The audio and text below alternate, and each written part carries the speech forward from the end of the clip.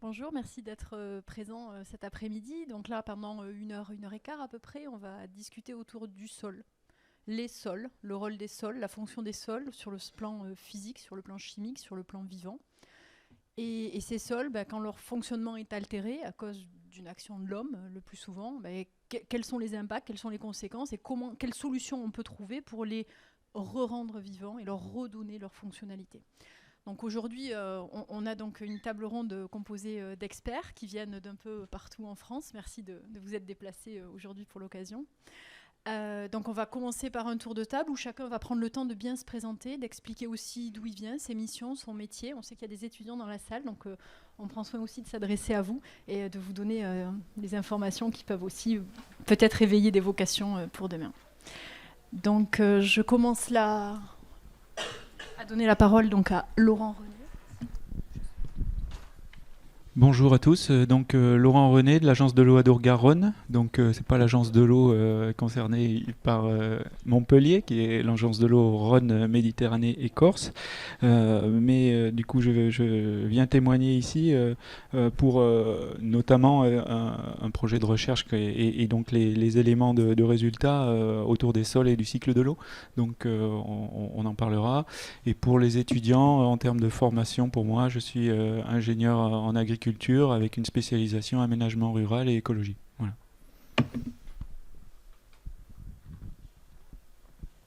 Bonjour, Héloïse Ogro. Moi je suis responsable de la protection des ressources en eau pour les marques Badois et La Salvetat, qui sont donc deux marques d'eau minérale naturelle gazeuse de Danone en France. Et je coordonne aussi un programme qui s'appelle l'agriculture régénératrice au sein des 4 marques d'eau minérale de Danone en France.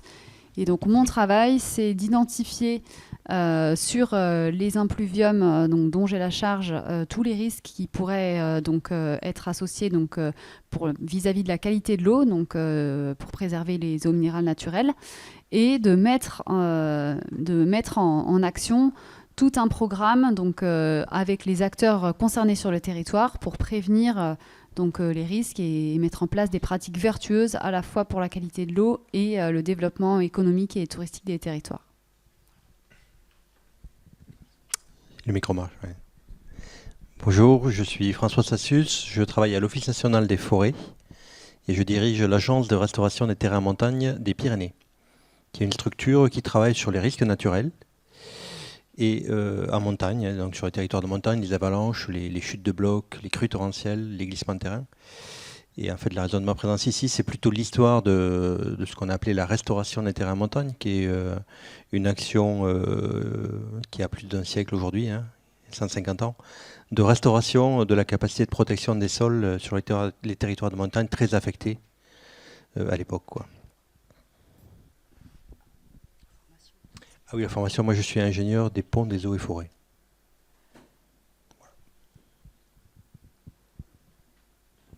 Bonjour, Cécile Le Guern. Donc, je travaille au BRGM, au Bureau de recherche géologique et minière, à la direction régionale des Pays de la Loire. J'ai aussi une casquette de chercheur au sein de l'Institut de recherche en sciences et techniques de la ville, donc l'IRSTV, ce qui fait que je travaille beaucoup sur le milieu urbain et sur les questions de sols urbains, donc pour leur connaissance, mais aussi leur préservation et leur restauration. Donc, en termes de formation, donc j'ai une formation de base d'ingénieur géologue, suivie d'une thèse en géosciences de l'environnement, et ce qui m'a amené vers différents sujets, depuis la gestion des déchets jusque sur les sols, qui était quand même ma vocation initiale. J'ai fait de la géologie pour faire de la pédologie, en fait. Et donc, voilà. Oui, bonjour à toutes et à tous. Je m'appelle Xavier Marié.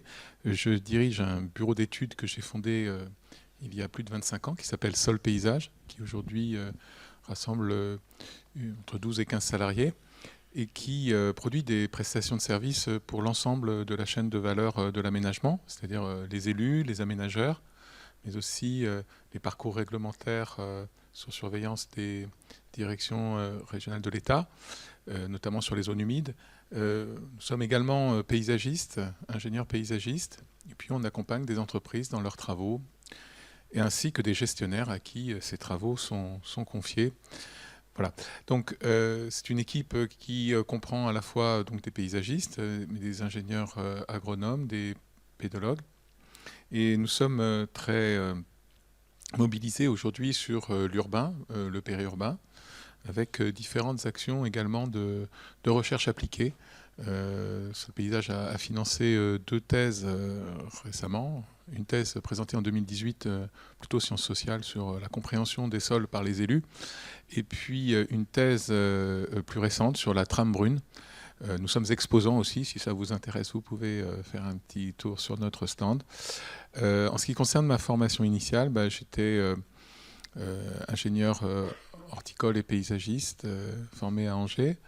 Et puis ensuite, j'ai eu un 3e cycle d'urbanisme.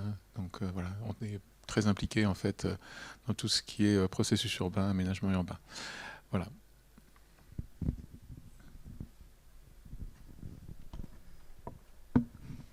Donc, je ne sais pas si ce micro-là marche. Oui.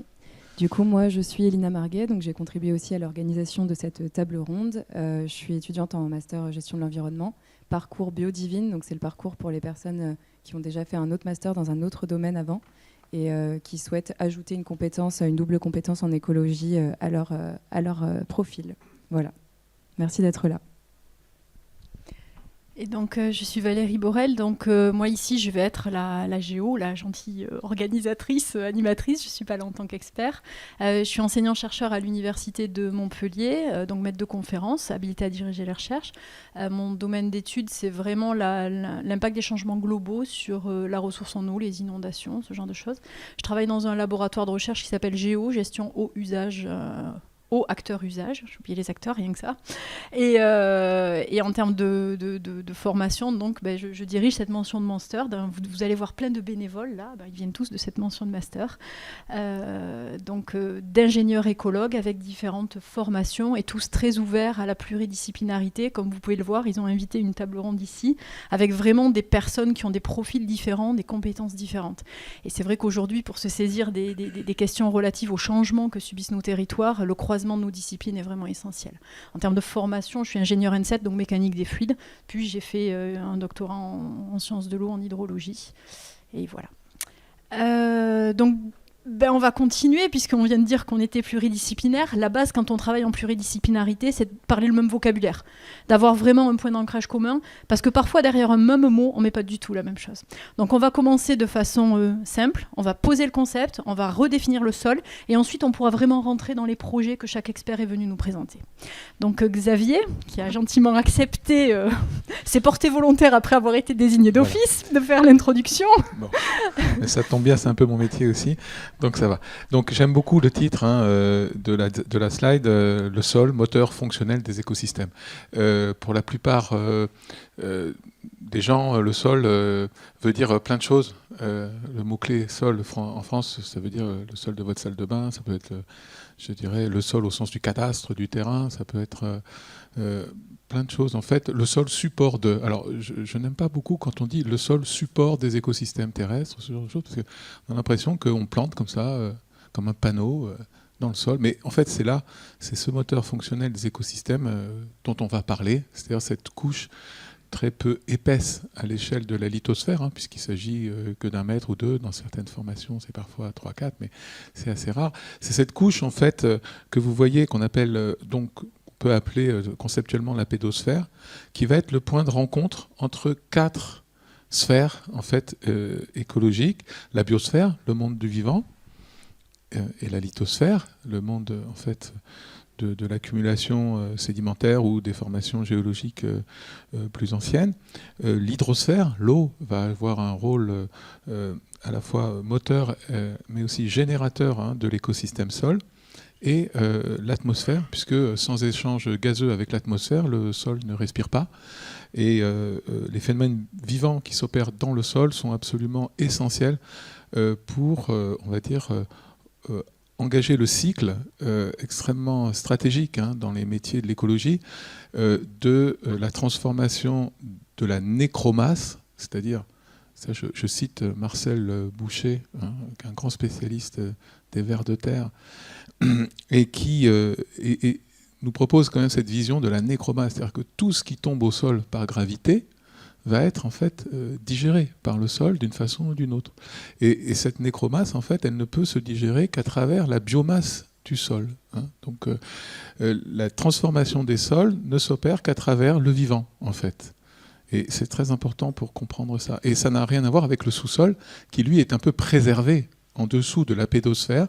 On appelle la lithosphère, en fait, l'ensemble des couches géologiques qui, elles, sont pas ou très peu altérées, en fait, par les processus du vivant. Ces processus du vivant, donc, nécessitent de l'eau, nécessitent des échanges gazeux et nécessitent, bien sûr, le support organominéral, en fait, du sol. Donc, il y a une co-substantialité entre l'évolution du vivant de ce qui apparaît, quoi, à nos yeux, en ce qui concerne ce qu'on appelle la partie épigée de l'écosystème, et il y a une partie endogée, c'est-à-dire comprenez dans le sol.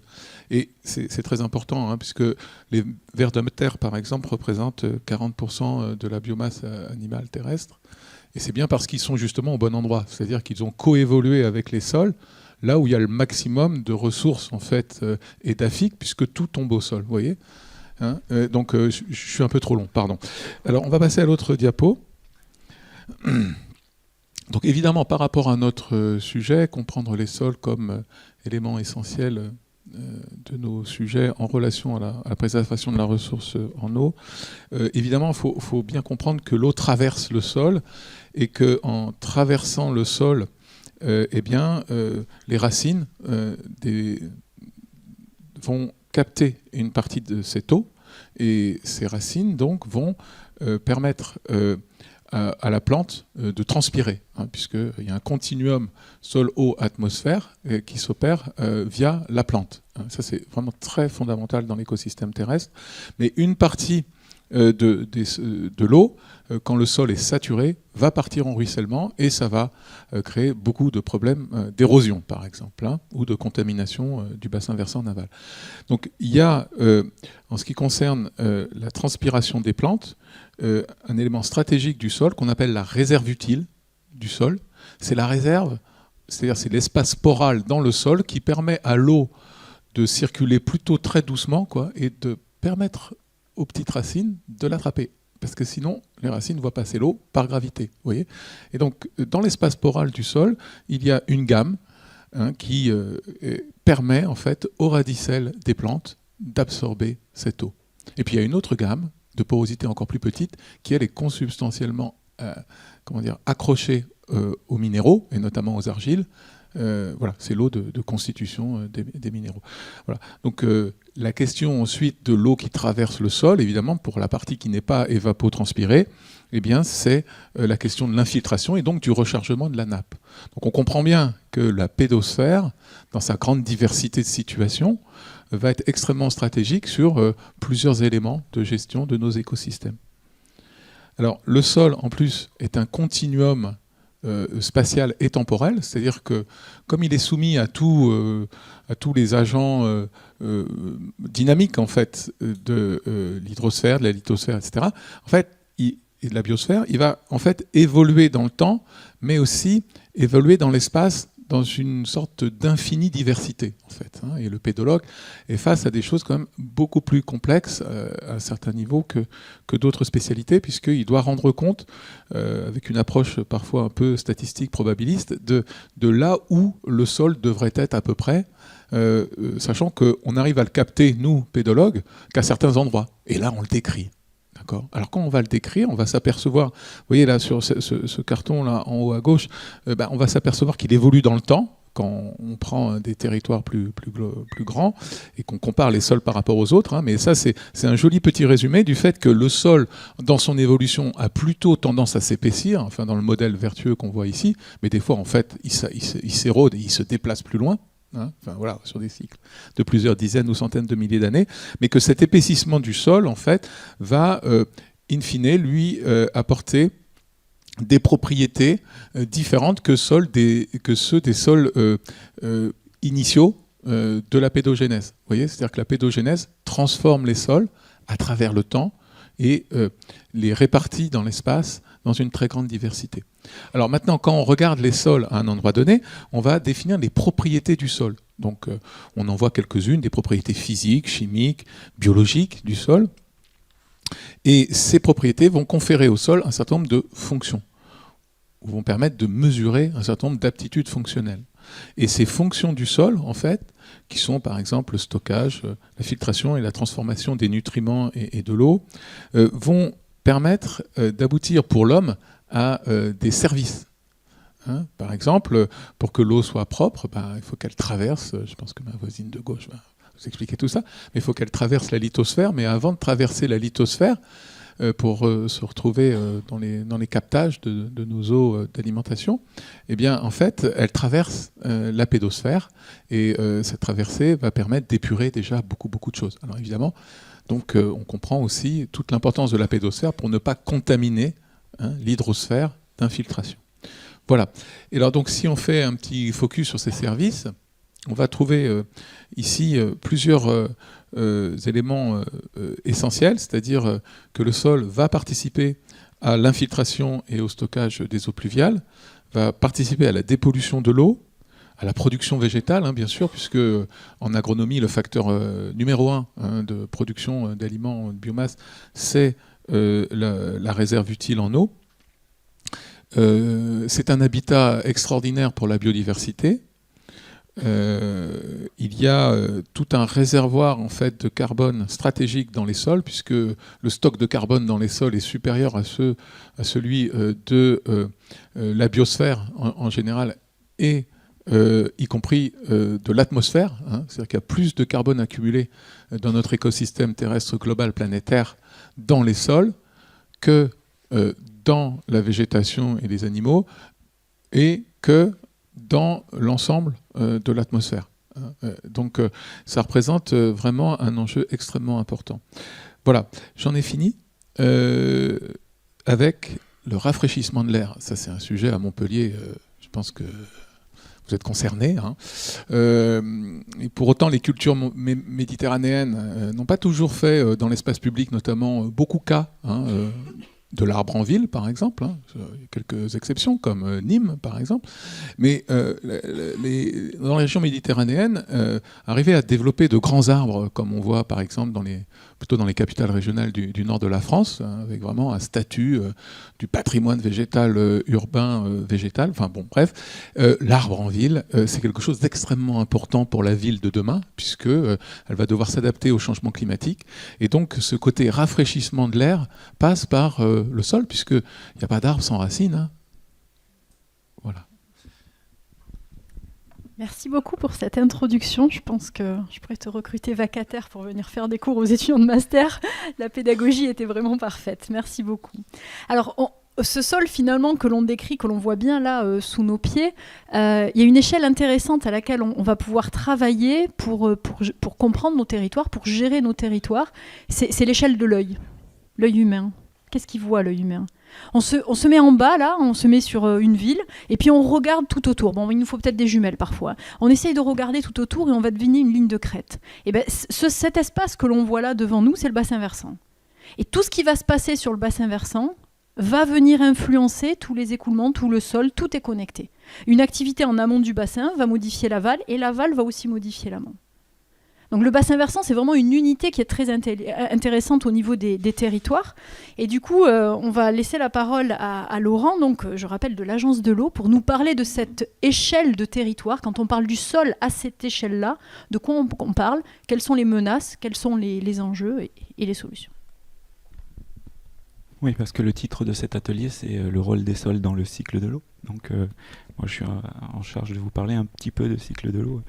Je vous avais mis dans la première diapo l'image vue de l'espace de la Terre, juste pour rappeler qu'on a en fait la même quantité d'eau depuis 3 milliards d'années sur la Terre, qu'elle est juste répartie différemment, et suivant les âges, et qu'avec le changement climatique actuel, effectivement, on voit un bouleversement de cette répartition, et dans l'espace et dans le temps, et que la quantité d'eau qui existe sur Terre depuis lors est la même, et entre guillemets, d'ailleurs, les molécules d'eau qu'on est en train de boire, donc sont là depuis l'origine, ont connu les dinosaures, les ont même constitués, ont traversé leur organisme.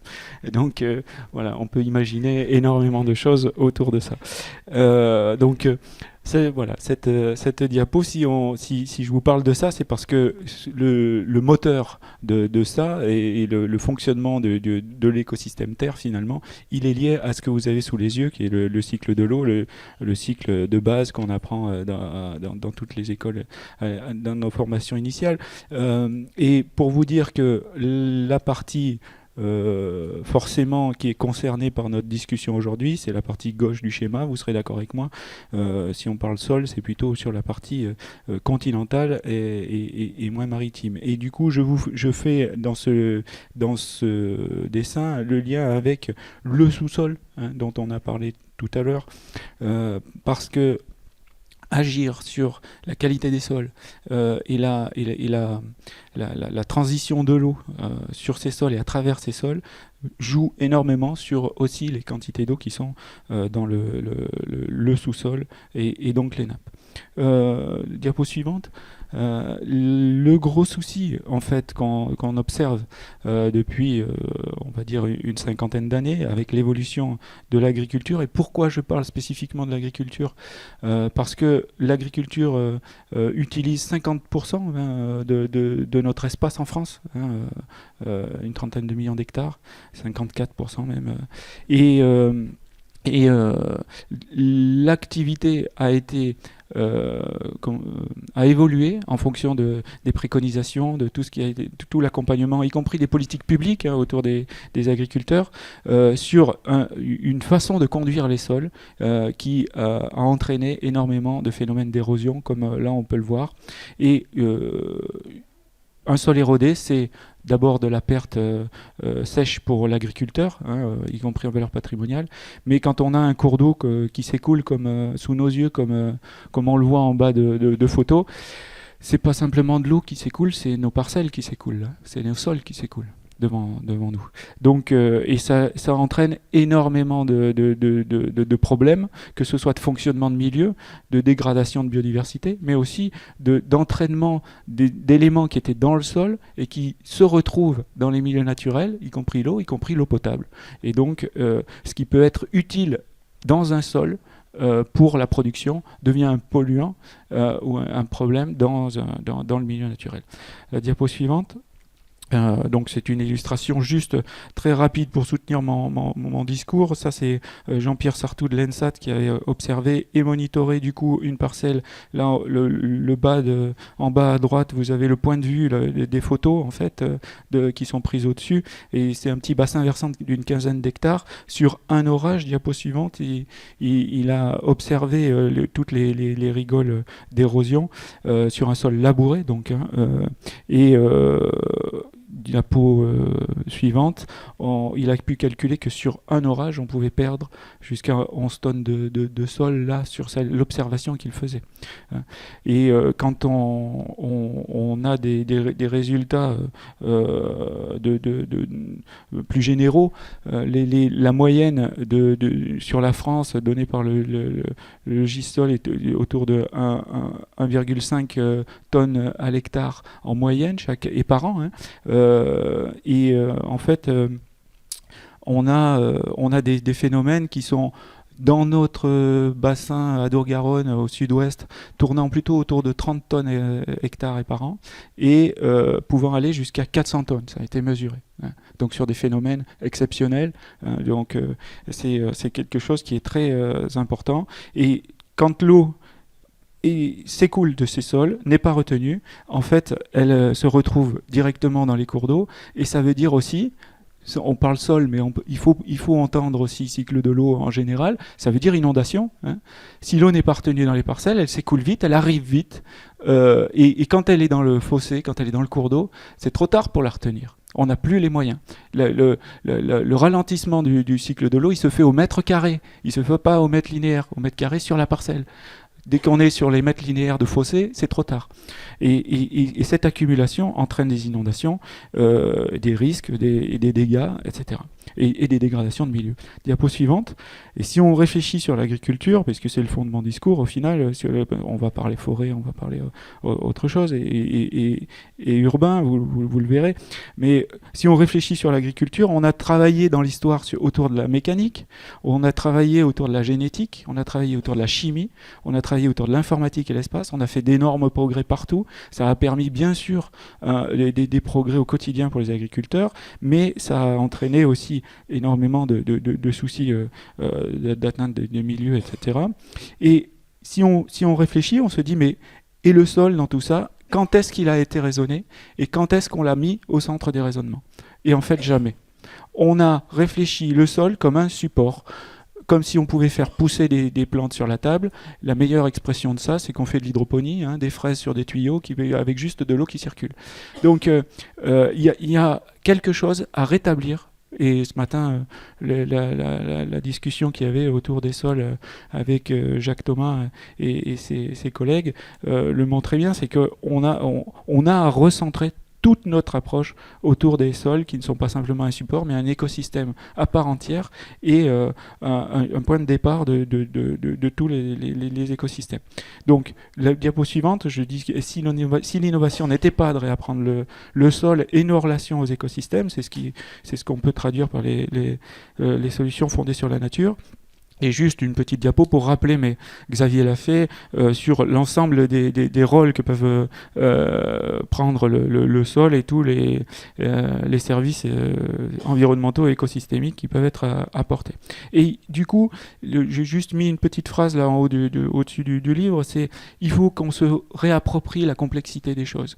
La science nous a emmenés c'est pas une question de dénigrer la science, bien au contraire. Par contre, la façon dont on l'a structurée, parce qu'il fallait faire des publis précises, etc., parce qu'il fallait gérer des équipes spécialisées, nous a entraînés à être très spécialistes sur des problèmes spécifiques et jamais transversaux, jamais généralistes. Et on a un manque de mise en perspective en fait de toutes nos connaissances et de mise en relation. Donc ça c'est à mon sens très important. Et c'est pour ça que l'agence de l'eau avait demandé dans 2014 à l'INRA, à Lionel Aletto en particulier, de piloter un projet de recherche qui s'appelait Bagage, donc sur le bassin d'eau-Garonne, quelle performance pour les pratiques agroécologiques. Et l'idée, c'était d'avoir un point de vue des différentes pratiques liées à l'agroécologie et essayer d'évaluer si elles pouvaient avoir un impact sur le cycle de l'eau. Donc, diapo suivante. Ce qu'on observe, il y avait trois groupes de tâches. Un groupe de tâches sur ce qu'on observe à la parcelle, un groupe de tâches sur les modélisations de bassins versants et puis un troisième groupe de tâches sur l'évaluation et la faisabilité technico-économique de tout ça, en suivant une soixantaine d'exploitations qui mettaient ça en place depuis plus de 10 ans sur l'exploitation. Je focalise sur 3-4 points spécifiques, et notamment le fait que comment ça s'affiche? Toute la diapo s'affiche là. Donc en fait, quand on observe des sols sur un bassin versant et qu'on souhaite essayer d'évaluer ce que peuvent apporter les pratiques agroécologiques par rapport aux techniques conventionnelles, donc on observe des sols en labour, on observe des sols en agriculture dite de conservation des sols, même si c'est un terme qui est utilisé en France et qui peut avoir d'autres consonances, mais l'idée c'est de dire on ne fait plus de travail de sol profond, on garde du couvert végétal et on fait des rotations longues, de la diversité de cultures, etc. Vous voyez que la courbe bleue suit en fait l'évolution de vos images, là, les ronds, les lentilles d'image d'un sol labouré. Et c'est en fait la conductivité hydraulique, le pouvoir de se faire traverser par l'eau, pour le sol. Et donc quand on a un sol labouré, juste après le labour, vous rendez bien compte que le sol étant déstructuré, l'eau traverse très facilement, et c'est ce qui a été recherché aussi vis-à-vis de ça. Et c'est Donc on voit qu'il y a une très forte conductivité hydraulique, mais qui très rapidement, vous voyez la courbe bleue diminue, très rapidement le sol se tasse, devient pulvérulent et au final se compacte pour, vous voyez la courbe rouge de densité apparente de ce sol qui dans le même temps augmente parce que le sol se compacte et se ferme en fait, pour arriver à un moment où finalement la conductivité hydraulique est très, très faible, et quand il pleut, au final, il y a très peu d'eau qui pénètre en verticale, et cette eau qui arrive, du coup, ruisselle, s'écoule en horizontal. Et il n'y a pas besoin d'avoir de la pente pour avoir du ruissellement. Il suffit de remplir un verre, là. À partir du moment où on dépasse les bords, l'eau sait faire sa pente elle-même, toute seule. Elle va trouver un moyen de sortir. Donc ça, c'est ce qui déclenche les problèmes d'érosion, notamment quand la partie qui descend, le pouvoir de faire descendre l'eau n'est pas suffisant par rapport à la quantité qui arrive. Donc, diapo suivante. Non, juste, je reste là, pardon. Du coup, c'est à comparer avec la courbe verte, qui est la courbe de la conductivité sur des sols en agriculture de conservation, en labour, couverts végétaux, etc.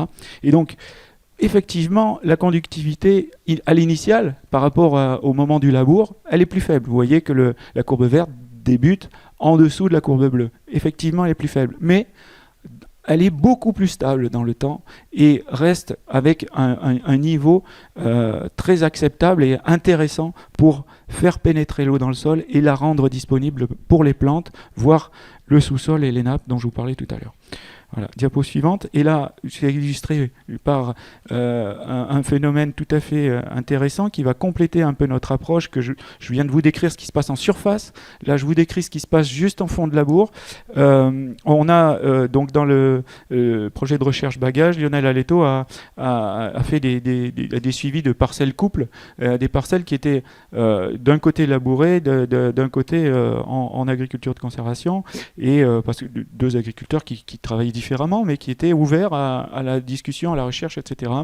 Et du coup, ici, c'était l'occasion de voir ce qui s'était passé au bout de 3 jours de pluie, avec 26 mm d'eau au total. Donc, un arrosage tout simple, tout faible.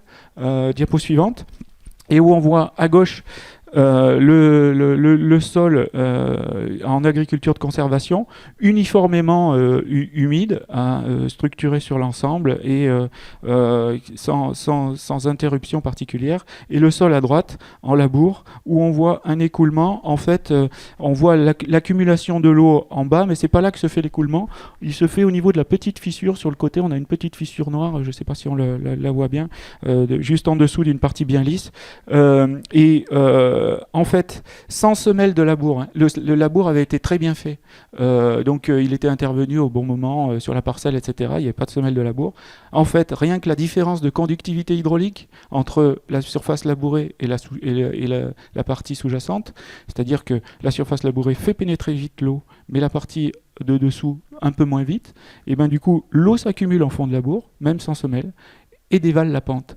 Et en fait, on a des phénomènes de ruissellement comme ça, qu'on dit hypodermiques, et qui, en fait, viennent accentuer les écoulements et entraîner les éléments du sol et des polluants, enfin, ce qui est intrant dans une parcelle devient polluant à l'extérieur. Et c'est ce qui fait que si on multiplie ça, et c'est ce qui s'est passé dans les 50 dernières années, sur l'ensemble des bassins versants, et la grande partie des terres exploitées, eh bien, on a une accélération du cycle de l'eau, rien que par ce système-là. Et si on imagine tout l'aménagement qui a été fait à travers les politiques publiques, là, il faut arrêter de penser et de dire, du coup, les deux, que c'est à la fois des agriculteurs, parce qu'en fait, les agriculteurs ont été accompagnés et on leur a demandé de s'adapter, ils se sont adaptés. Donc, c'est tout l'accompagnement, en fait, qu'il faut remettre en cause, c'est pas les agriculteurs eux-mêmes. En fait, on a dans l'aménagement, en dehors de la partie technique de conduite du sol, mais aussi supprimer les haies, faire en sorte d'agrandir les parcelles, tirer les fossés tout droit là où ils pouvaient être assez tortueux, même remonter les pentes, remonter la pente du cours d'eau pendant qu'il dévalait une pente, de la parcelle. Donc tout ce qui rallongeait en fait le cycle de l'eau a été raccourci, même les cours d'eau qui faisaient des méandres ont été tirés tout droit, recreusés, et donc entre deux points, le chemin le plus court, c'est bien la ligne droite, hein. Donc on a raccourci les temps de cycle de l'eau et on a tout fait pour évacuer l'eau à l'aval au plus vite. Et c'est ce qui accélère les crues, c'est ce qui accélère en fait les dégâts et le reste. Et c'est de l'eau qui est perdue pour les plantes, pour les écosystèmes en général, hein. Et après, on se dit, mince, il faut stocker. Ben, déjà, essayons de faire un maximum là. Alors, ce que montre Bagage, c'est qu'on n'a pas diapo suivante, s'il te plaît.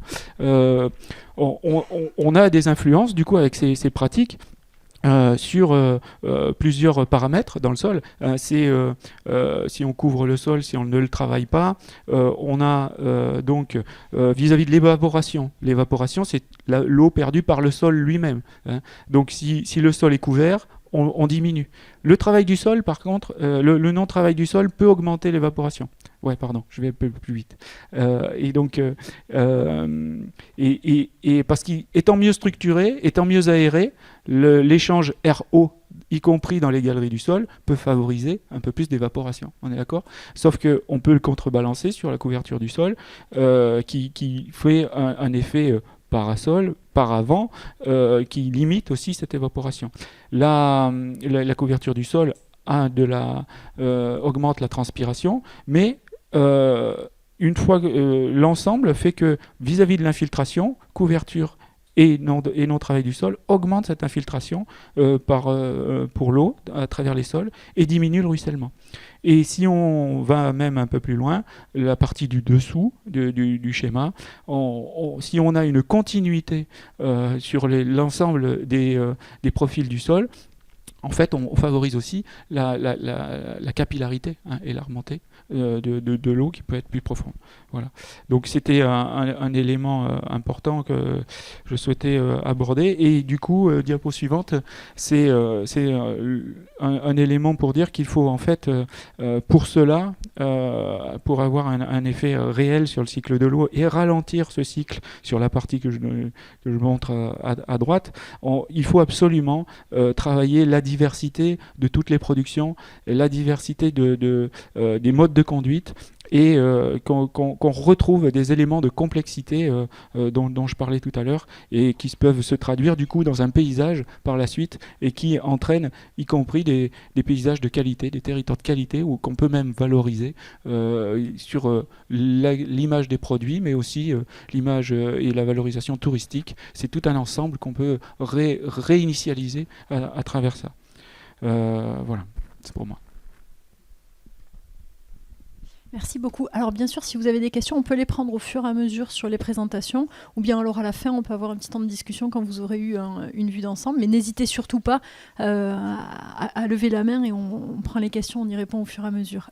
Lou a une question, allez-y. On va prendre... je pense que tu vas avoir une question déjà. Pardon, je voulais juste savoir, du coup, vous parliez d'agriculture de conservation. C'est un mot qui est déjà défini. Comment vous le définiriez, si ça existe ? Oui, alors c'est un mot qui est utilisé, qui est un des plus anciens en fait. Il y a trois piliers dans l'agriculture de conservation.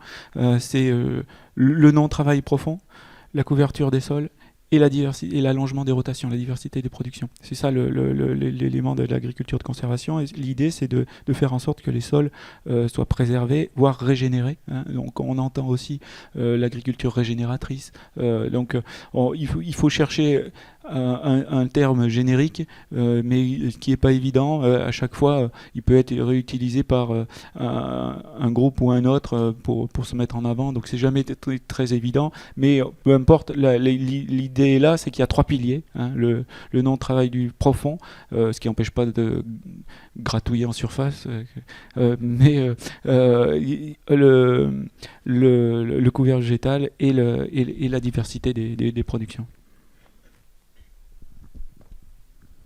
De la même façon, tu as évoqué les solutions fondées sur la nature. Je ne suis pas sûre qu'on ait tous la même définition en tête. Tu peux expliquer ce que c'est en deux mots ? Alors, On a beaucoup de débats au comité de bassin à Dour-Garonne là-dessus, parce que pour les solutions fondées sur la nature, pour les gens, c'est préserver les zones humides. Et puis, voilà. Moi, ma conception des solutions fondées sur la nature, c'est de comprendre les grands principes de base de fonctionnement des écosystèmes, quels qu'ils soient, aquatiques ou terrestres, et de réinitialiser ces principes de fonctionnement en général. Et donc pour le sol, c'est de refaire en sorte que les cycles soient en fait réinvestis dans le fonctionnement réel, c'est-à-dire qu'on y fasse attention et qu'on les favorise, ces cycles. Et donc pour moi, ce que disait Xavier tout à l'heure, c'est le fait que la matière organique morte soit recyclée sur un sol, puisse produire de la minéralisation et des éléments minéraux pour les plantes, et que ces plantes-là, à leur tour, recyclent. Il y a quelque chose, je le disais tout à l'heure, qui a été oublié vis-à-vis de l'agriculture. On sait, on a réfléchi, quels sont les besoins d'une plante, et ben je sais apporter son besoin. On n'a pas réfléchi qu'en fait, si on faisait vivre le sol et qu'on nourrissait le sol, ça allait... comment on dit, ça allait nourrir la plante elle-même et lui donner plus d'éléments que ce qu'on pense apporter nous dans notre vision simpliste. Et donc cette vision du complexe, à mon avis, elle est à réintégrer, mais c'est solution fondée sur la nature, c'est redire que au final, il faut se baser sur le fonctionnement des écosystèmes et de les réinvestir dans tout ce qui nous entoure, dans tout ce qu'on souhaite gérer en fait. Et plutôt que de vouloir tout gérer, être maître des choses, plutôt piloter, orienter et les conduire que de vouloir tout maîtriser. Voilà, pour moi c'est plutôt ça. Cette distinction entre le faire et le laisser faire, on l'a vu en débat avec les étudiants, c'est vrai que c'est justement... Oui, il faut faire, il faut agir pour remettre en place une solution fondée sur la nature. Donc oui, il y a une intervention, mais attention à bien la doser et laisser faire le système et lui laisser reprendre le dessus. J'ai une question. Ouais. Vous parliez de régénération des sols, justement. Est-ce qu'on considère qu'un sol qui s'est érodé, les 30 tonnes perdues ou les 1 tonne 5 perdues à la parcelle, est-ce que c'est un sol perdu à tout jamais, ou est-ce qu'il y a des modes d'agriculture ou des modes de conduite qui permettent de régénérer, et si oui, à quelle vitesse ? C'est Ira, c'est ça? Oui, c'est... Bonjour Ira. Oui, je l'avais prévu à un moment donné, cette information. La FAO donne comme information qu'il faut, en 2000 ans, on fait 10 cm de sol. Enfin, il faut 2000 ans pour fabriquer 10 cm de sol. Or, au niveau mondial, on perd presque 1 cm par an. Donc c'est énorme en fait, et il y a des différences de sources, de causes de l'érosion, éolien, hydrique, enfin peu importe, mais c'est quelque chose qui est très rapide. Il y a d'abord une chose qu'il faut voir, c'est que l'érosion, c'est un phénomène naturel. Il n'y a pas de raison de vouloir l'arrêter. C'est un phénomène naturel et on va voir que ça a une importance aussi dans le fonctionnement. Mais ce qui s'est passé, c'est qu'on a accéléré énormément ce phénomène à travers nos pratiques. Et c'est ça qu'il faut pouvoir diminuer, limiter. Et un sol, le sol, il se forme comment ? À l'initiale, on n'avait que de la roche, et c'est par l'activité de la biologie, des premières algues, des lichens, etc., qu'il y a eu de la dégradation, et que l'accumulation de cette matière organique morte qui se régénère, qui reste en partie vivante, etc., et la dégradation de la roche-mère fait que ça se reconstitue. Par contre, à une vitesse hyper lente, et à notre échelle, on sait bien mieux faire de le dégrader que de le reconstituer. Et ce qu'on essaye de faire en reconstitution, Xavier en parlera, est déjà bien, mais encore éloigné de ce que fait la nature elle-même. On va enchaîner, s'il y a d'autres questions, on les prendra tout à l'heure. Une info, on parle du changement climatique en ce moment. Si on se met sur les régions, les cours d'eau de la région, les petits fleuves côtiers méditerranéens, on s'attend à avoir 60 à 90% de la ressource en eau qui va disparaître de surface dans les débits dans les cours d'eau d'ici à la fin du siècle. Donc du coup se pose la question forcément de l'eau souterraine. Qu'est-ce qu'il en est? Est-ce qu'elle peut aider le territoire à être plus résilient? Et on voit à travers ce que tu décris à quel point le sol est fonctionnel et important sur cette eau qui va rentrer, comment il va l'alimenter et la qualité qu'il aura. Donc on va laisser la parole à Héloïse maintenant pour parler vraiment de cette spécificité. Donc avant de vous expliquer donc les actions qu'on mène là, pour préserver nos ressources en eau, je vais quand même vous rappeler ce que c'est qu'une eau minérale naturelle. Puisque donc une eau minérale naturelle, c'est donc une eau qui a une origine unique, qui va s'infiltrer très lentement donc, à travers des couches de sol, de roches. Pour l'eau de la Salvetat, puisqu'on est en Occitanie, donc c'est pendant une durée d'environ 40 ans. Et c'est ensuite une eau qui ne subit aucun traitement, qu'on va en fait embouteiller sans aucun traitement chimique. Donc voilà, c'est pour ça qu'on l'appelle eau minérale naturelle. Il y a uniquement les filtrations possibles pour enlever par exemple le fer, pour éviter des dépôts en fait, dans la bouteille. Mais il n'y a vraiment pas de traitement chimique. Donc c'est d'autant plus important pour qu'on puisse conserver en fait, notre appellation d'eau minérale naturelle, de s'assurer que sur le territoire sur lequel l'eau s'infiltre, donc on appelle l'impluvium, les pratiques, l'agriculture, la gestion forestière, enfin toutes les activités sont les plus vertueuses possibles vis-à-vis de la préservation des sols et des ressources en eau. Donc pour mettre en place ces programmes de protection, donc, nous avons fait le choix de créer des associations. Donc ces associations de protection en partenariat avec les communes qui sont concernées donc, par les impluviums. Donc PEPS, c'est la petite dernière, on a fêté ses 10 ans cette année.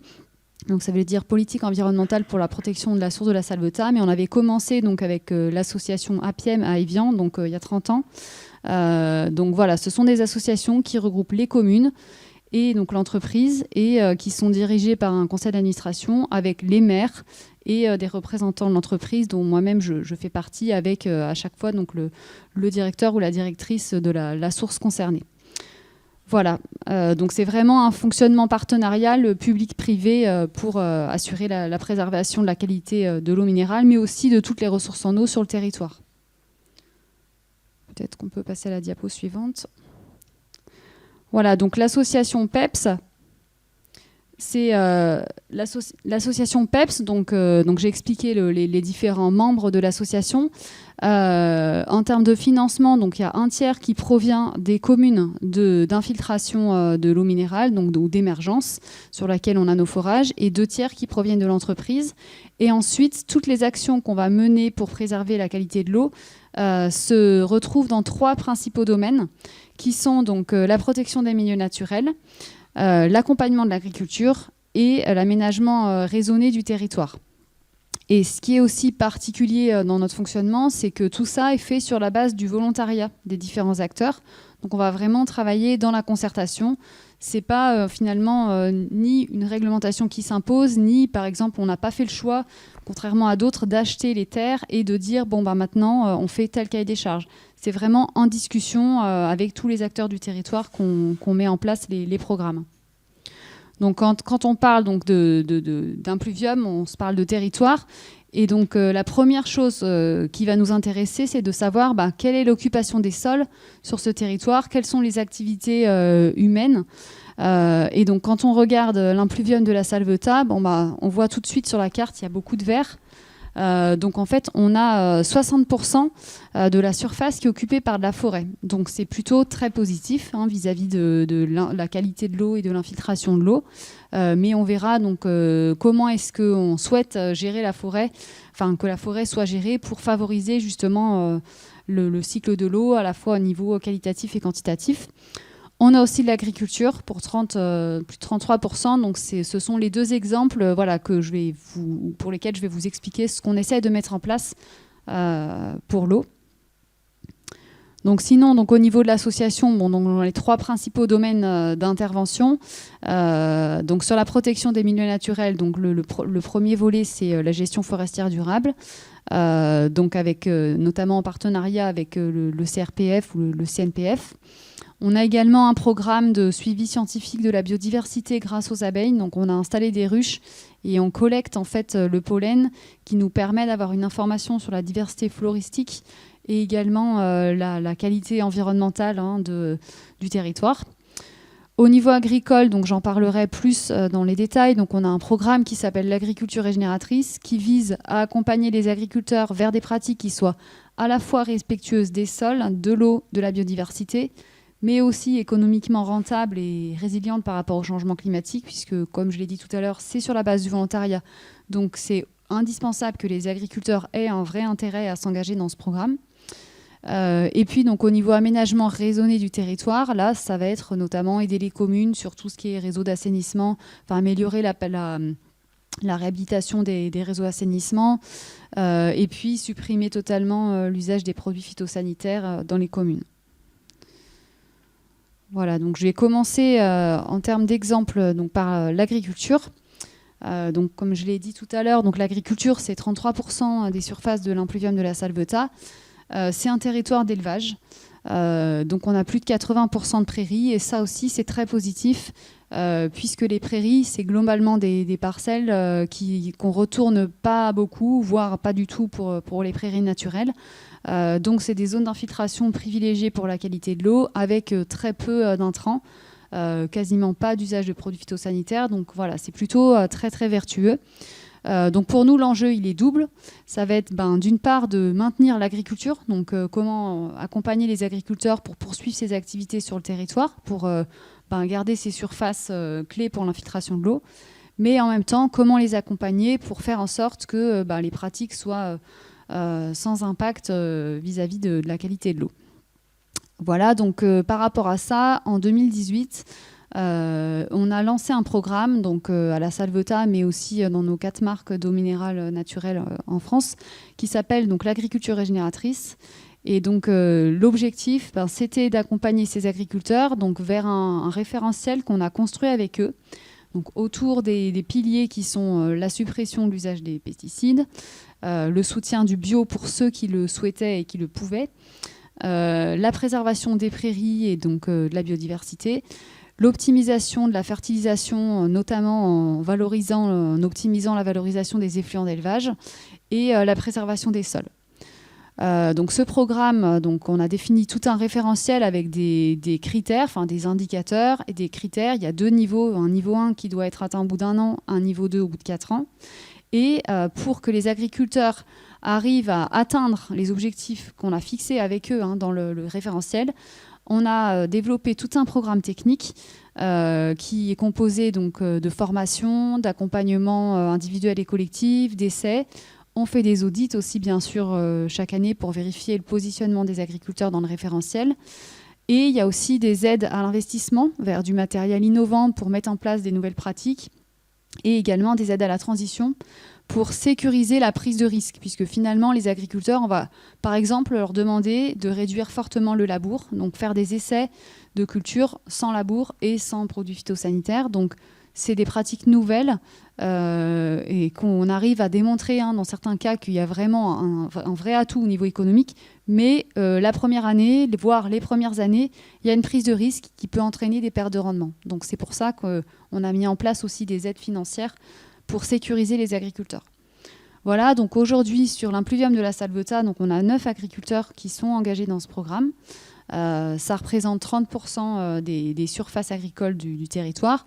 Si j'élargis donc au niveau de nos 4 bassins versants ou impluvium d'eau minérale naturelle en France, on a 62 agriculteurs engagés et 40% en moyenne par rapport aux surfaces agricoles. Donc c'est significatif et notre volonté, bien sûr, c'est de poursuivre le programme, d'engager plus d'agriculteurs et de continuer à accompagner les agriculteurs engagés. On a différents partenaires, notamment le Centre de développement de l'agroécologie, qui coordonne tout notre programme, et on a des financements qui sont privés et publics avec un écosystème en privé. Bien sûr, l'association PEPS dont je vous ai parlé. On a aussi l'agence de l'eau du coup, qui intervient sur ce territoire-là. On peut changer la diapo. Et donc en termes, je vous ai mis quelques petites photos donc pour vous montrer des exemples d'actions qu'on mène avec les agriculteurs, des essais. Par exemple, comme on l'a dit, il y a beaucoup de prairies. Un des enjeux pour les agriculteurs, c'est de comment on fait pour détruire les prairies. Quand ils veulent renouveler une prairie pour implanter une céréale, comment est-ce qu'on fait sans la labourer et sans utiliser de glyphosate? Donc, on a fait notamment des essais avec différents matériels de scalpage, d'échauffage pour arriver à détruire une prairie. Et on se rend compte qu'il faut un certain nombre de conditions, notamment en période très sèche, ça va être plus favorable. Et puis ensuite, il y a aussi un itinéraire technique à mettre en place juste derrière, avec par exemple des métailles, pour avoir le plus rapidement possible un couvert qui va enrichir le sol en matière organique et éviter la concurrence avec des mauvaises herbes. Donc voilà, on fait des essais aussi sur les prairies à fleurs variées. Donc là, l'objectif, c'est de développer des prairies qui soient les plus diversifiées possibles pour allonger leur durée de vie et pouvoir les renouveler le moins souvent possible. Donc on a des prairies qui vont durer 7 ans par exemple, voire 10 ans. Donc là, c'était notamment l'INRA qui a développé ce programme-là et donc qu'on reprend en fait avec le soutien des chambres d'agriculture locales. Donc là, on voit déjà des résultats positifs. En fait, même si on compare les rendements de ces prairies-là sur plusieurs années par rapport à des mélanges beaucoup plus simples, on voit qu'il y a aussi des meilleurs rendements. Donc c'est aussi intéressant pour l'agriculteur au niveau économique. On travaille aussi sur le pâturage, puisque l'idée, c'est toujours de favoriser les prairies. Donc pour favoriser les prairies, c'est faire en sorte aussi qu'elles soient les plus productives possibles, nutritives pour les animaux. Donc on essaie de mettre en place des techniques de pâturage tournant dynamique, par exemple, pour maximiser à la fois la qualité, la quantité et y assurer la pérennité de ces prairies. On fait aussi des essais sur les associations de céréales et les protéagineux, donc avec les métailles. Donc là, l'objectif, c'est que plutôt que d'implanter des céréales pures, les agriculteurs implantent donc ces métailles, ce qui permet de diversifier la culture. Donc c'est intéressant d'un point de vue nutritionnel pour les animaux. Pour nous, en termes de qualité de l'eau, ça permet de prendre la place, en fait, de couvrir le sol, donc de prendre la place des mauvaises herbes ou des adventices, et donc d'éviter d'utiliser des produits phytosanitaires. Donc on voit là qu'en fait, on essaie de trouver un certain nombre de techniques pour répondre à tous ces enjeux à la fois de qualité d'eau et d'économie pour les agriculteurs. Enfin, on travaille aussi sur la fertilisation et on a fait notamment des essais sur les tés de compost. On forme les agriculteurs sur la qualité, les différents types d'effluents d'élevage pour qu'ils puissent les épandre au meilleur moment de façon à répondre aux besoins des plantes sans avoir besoin d'utiliser des engrais chimiques. Voilà, donc c'est un programme aujourd'hui qui fonctionne sur ce territoire-là. On a un autre exemple que je n'ai pas mis ici en photo, mais sur l'impluvium de Badois, où on a réussi en fait à faire un itinéraire de culture de métailles suivi de maïs en semi-direct, enfin sans labour et sans glyphosate et sans pesticides du tout en fait, qu'on a réussi pour cette année, enfin c'est pour la première fois cette année. Et c'est un vrai succès puisqu'on a des rendements de maïs qui sont supérieurs à des maïs implantés avec labour. Et en fait, on voit les effets bénéfiques sur des parcelles qui ont été conduites plusieurs années de suite sans labour. On voit vraiment un vrai effet bénéfique par rapport à la résilience vis-à-vis de la sécheresse, sachant que cet été, vous le savez tous, ça a été particulièrement sec. Donc, c'est vraiment des programmes qui portent leurs fruits sur la durée. Enfin, on travaille aussi sur la forêt, puisque sur ce territoire-là, sur l'impluvium de la Salvetat, on a 60% de forêt. Donc là, sur la forêt, pour nous, l'enjeu, c'est éviter les coupes rases pour permettre la préservation des sols et l'infiltration de l'eau, donc conserver des couverts forestiers. C'est aussi d'éviter l'usage de produits phytosanitaires, même s'il y en a vraiment très très peu en forêt. Et puis dans les autres risques qu'on souhaite éviter, qui pareil sont assez rares, mais c'est tout ce qui est déversements d'hydrocarbures. Le fait finalement, quand on va exploiter des forêts, on va venir avec des engins qui utilisent des hydrocarbures, des huiles. Donc on va essayer d'inciter les propriétaires forestiers à utiliser des huiles biodégradables pour éviter les risques dans l'environnement. Donc par rapport à ça, on s'est focalisé sur la forêt privée, puisque la forêt publique avait déjà une gestion justement avec des certifications, l'usage d'huile biodégradable. Donc on a vraiment focalisé sur la forêt privée. Et donc on a rédigé donc, avec le CRPF un cahier des charges ou un référentiel, un peu comme pour l'agriculture, des bonnes pratiques à mettre en place. Et on a défini un certain nombre de modalités d'aide financière que l'association PEPS apporte aux propriétaires. Et là, donc, ce programme, il est relativement récent. On a, depuis 2020, 3 chantiers pilotes. Donc, bon, sachant qu'en plus, la gestion forestière, c'est sur le temps long. Donc là, on a 3 chantiers pilotes qui arrivent à terme cette année. Et on est en train de renouveler, de rechercher des nouveaux propriétaires qui rentrent dans cette démarche. Et l'objectif, c'est de pouvoir communiquer pour inciter le plus possible de propriétaires forestiers à mettre en place ces pratiques. Et donc, par exemple, là, sur les photos que j'ai montrées, donc sur un chantier donc, qui est entre la Salvetat et Freyss avec le GFR Racine, c'était des taillis de futaies et de chênes qui auraient, sans cette intervention, été coupés en coupe rase, parce que voilà, c'est le plus simple. Et finalement, grâce à ce programme et donc l'intervention du CRPF, on a réussi à convaincre les propriétaires de faire plutôt des éclaircies sélectives, donc de sélectionner certains arbres qui étaient favorables, prêts à être coupés, et de permettre à d'autres arbres finalement de poursuivre leur développement, de permettre aussi la régénération naturelle, puisque quand on coupe certains arbres, on apporte de la lumière, donc ça va permettre aux graines de germer et donc avoir un renouvellement naturel de la forêt. Et il y a aussi eu donc, au niveau logistique une place de dépôt qui a été créée pour pouvoir exploiter cette forêt et l'utilisation d'huile biodégradable.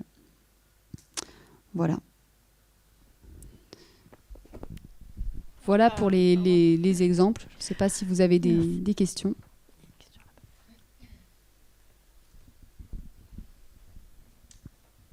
Vous l'avez compris, on va finir en retard. Bonjour. Deux questions très rapides alors. La première, on a parlé tout à l'heure de 50 à 60% de la ressource en eau qui va disparaître dans les petits cours d'eau méditerranéens qui nous entourent. Ça m'intéresse particulièrement. Est-ce que ce serait possible de citer la source ? La dernière thèse que j'ai en tête, c'est Camille Labrousse à l'université de Perpignan, qui a comparé des bassins versants qui vont de la frontière espagnole jusqu'à l'Hérault. Elle a travaillé sur les 6 bassins là, qu'on a, et elle a fait des projections sur la fin de siècle, en se posant aussi des questions derrière. Parce que si vous voulez, les usages, la gestion de la ressource en eau a aussi un rôle très important à jouer. Il n'y a pas que le climat qui joue là-dedans. Et donc, dans la deuxième partie de sa thèse, elle se pose aussi la question des pratiques agricoles, et en particulier de la vigne. Comment faire pour pouvoir l'adapter, pour faire en sorte qu'elle soit plus résiliente ou plus en phase. C'est la dernière thèse que j'ai en tête, mais il y a pas mal de travaux. Oui. Des grosses incertitudes, bien sûr, mais oui, des chiffres qui font peur, et c'est 60 à 90%. Ouais. Merci. Ouais. Et la deuxième question, pour Héloïse Augros. Je suis botaniste, phytosociologue. Et évidemment, quand on parle de prairies à fleurs variées qui sont semées, avec un rendement supérieur à des semis plus simplifiés, je peux que me dire, et pourquoi on n'a pas essayé de préserver des prairies naturelles dans la durée ?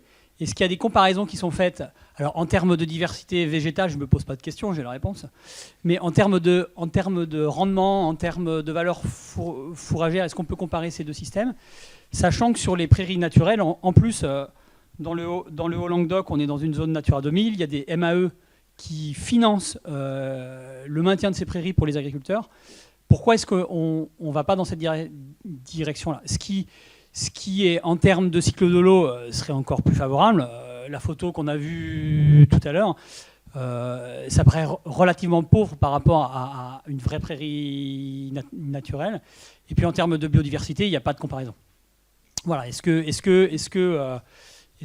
ce volet pourrait être étudié à l'avenir, notamment en comparaison en valeur de ressources fourragères ? Parce que je pense que d'un point de vue global, on parlait d'approche globale tout à l'heure, ce serait vraiment la direction qu'il faudrait suivre sur ces territoires-là. Alors, merci beaucoup pour la question. Alors, effectivement, donc on est sur un territoire où il y a des zones Natura 2000, mais pas à l'intérieur, à ma connaissance, de l'impluvium de la Salvetat.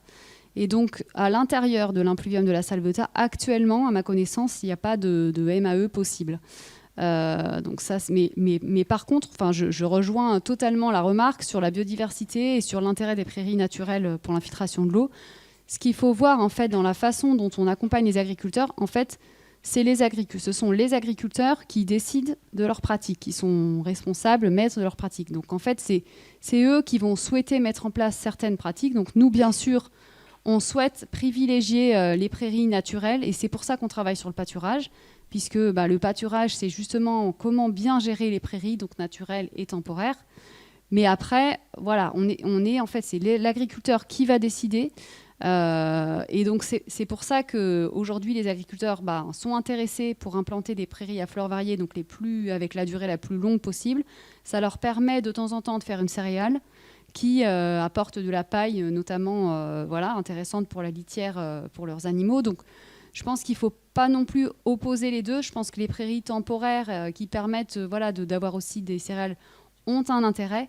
Et après, nous, on répond aussi aux besoins des agriculteurs. Et après, c'est vrai que je n'ai pas d'idée de comparaison de rendement précise. Je n'ai pas de chiffres comme ça en tête. De ce que disent les agriculteurs et de ce qu'on peut constater, il y a quand même souvent un plus grand rendement sur les prairies temporaires que sur les prairies naturelles. Mais je pense que pour autant, les deux ont un intérêt. Et finalement, les prairies naturelles, l'idée, c'est les conserver le plus possible. Et voilà. Mais nous, en fait, on s'adapte aux agriculteurs. C'est surtout ça. On n'est pas là pour imposer, pour dire aux agriculteurs, c'est comme ça qu'il faut faire. C'est les agriculteurs. Nous, on leur dit, nous, notre enjeu, c'est préserver la qualité de l'eau. Comment on peut travailler ensemble ?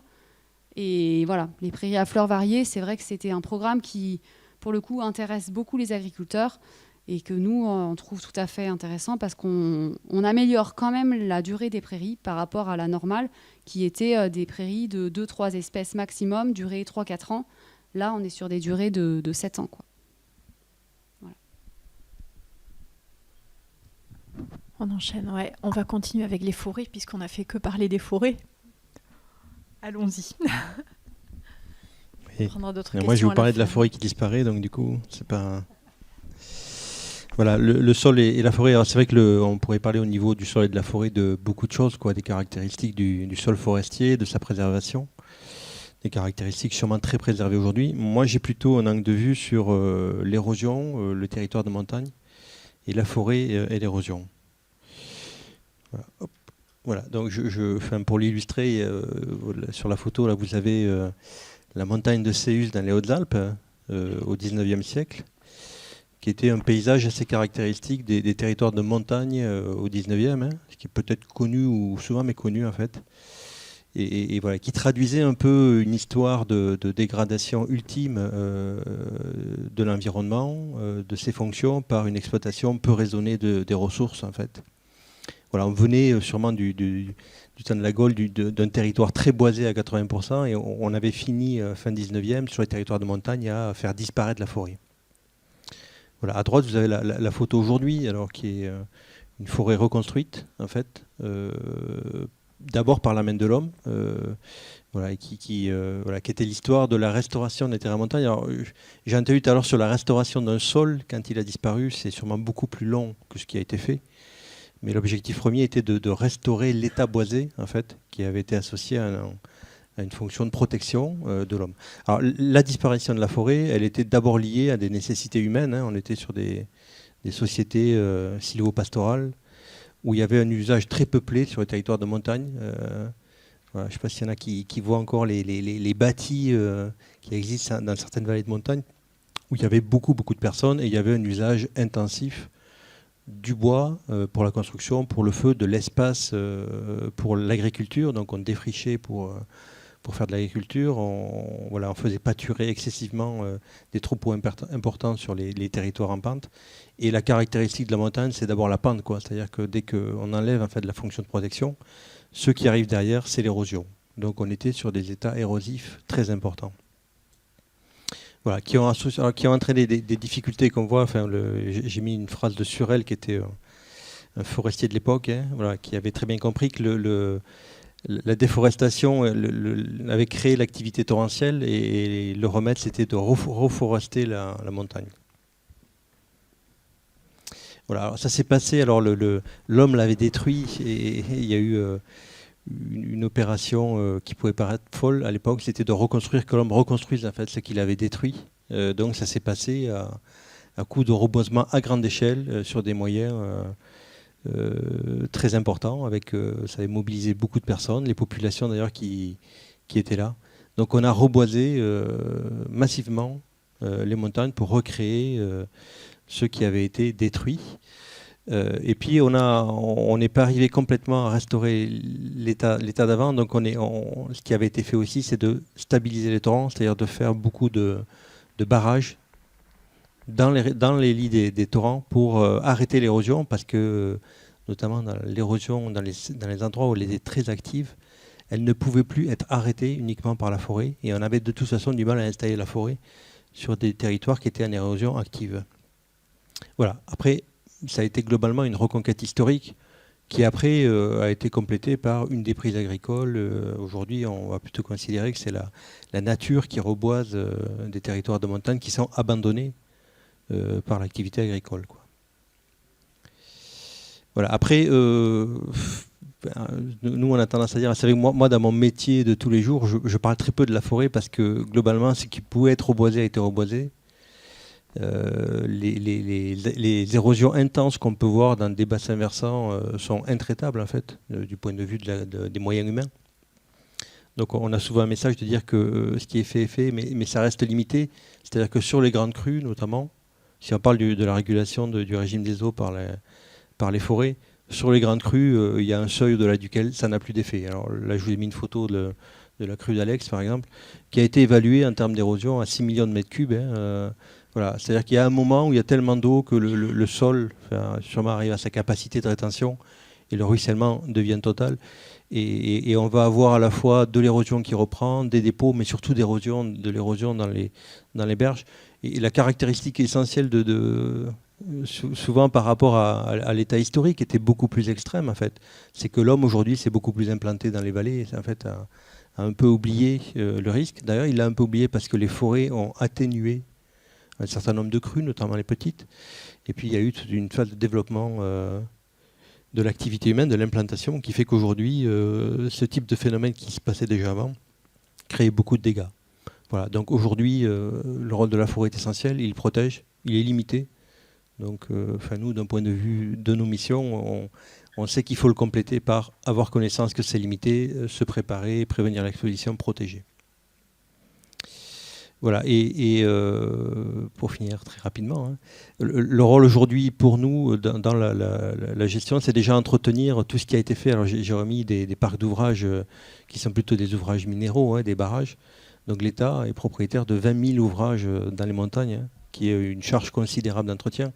Donc ce qui est une invitation d'ailleurs pour dire que quand on dégrade, et même si on reconstruit, on s'engage dans des choses qui souvent dépassent les moyens humains. Donc on a une difficulté à tenir, en fait, même si la forêt a repris, tenir tous les ouvrages qui ont été faits et qui doivent être entretenus. Voilà. Et on essaie de travailler de façon plus chirurgicale sur des zones d'érosion. Voilà, en recréant du sol. Alors, j'ai mis des choses très minérales avec des seuils qui atterrissent des minéraux, en fait, de la roche altérée. Donc on est sur les premiers stades de recréation de la possibilité d'implantation de végétation. Voilà. Mais on continue à faire historiquement ce que les anciens avaient fait, de reconstituer là où on le peut un couvert végétal qui sera l'amorce d'une restauration totale, mais qui prendra du temps. Et dans l'émission d'aujourd'hui, il y a protéger la forêt. Donc il y a effectivement un sujet que tout le monde connaît aujourd'hui, c'est l'exposition des forêts au risque d'incendie. Voilà, qui s'étend dans l'espace. Enfin, moi, par exemple, étant dans les Pyrénées, c'est un sujet qui n'existait pas il y a 15 ans, à part l'écobuage pastoral. Le feu de forêt est un sujet qui était peu présent. Donc le feu de forêt aujourd'hui s'étend dans l'espace, dans le temps aussi. C'est qu'il commence plus tôt, il finit plus tard. Voilà, donc c'est une préoccupation majeure pour les forestiers. Et puis après, l'adaptation au changement climatique, c'est-à-dire qu'on a sur les forêts des problématiques qu'on identifie aujourd'hui sur l'inadaptation de peuplement aux conditions climatiques d'aujourd'hui.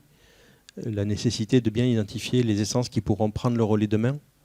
Voilà, d'un certain nombre de défis du point de vue de la préservation de la forêt et de la préservation des sols, et puis du rôle que la forêt nous apporte aussi en nous protégeant.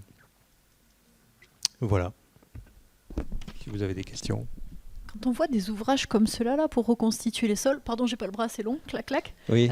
Il faut continuer à les entretenir. Combien de temps Parce que je pense à ça, les étudiants travaillaient justement sur un projet de restauration pas très loin d'ici, vers Mas de Londres, et ils envisageaient de mettre des ouvrages de ce type pour reconstituer le sol, essayer de limiter les ravines d'érosion. Mais la technique, c'est d'arriver à installer juste au-dessus, sur l'atterrissement. Donc on le fait, d'ailleurs, on ne l'atterrit pas forcément. Là, je pense que c'est presque des marnes.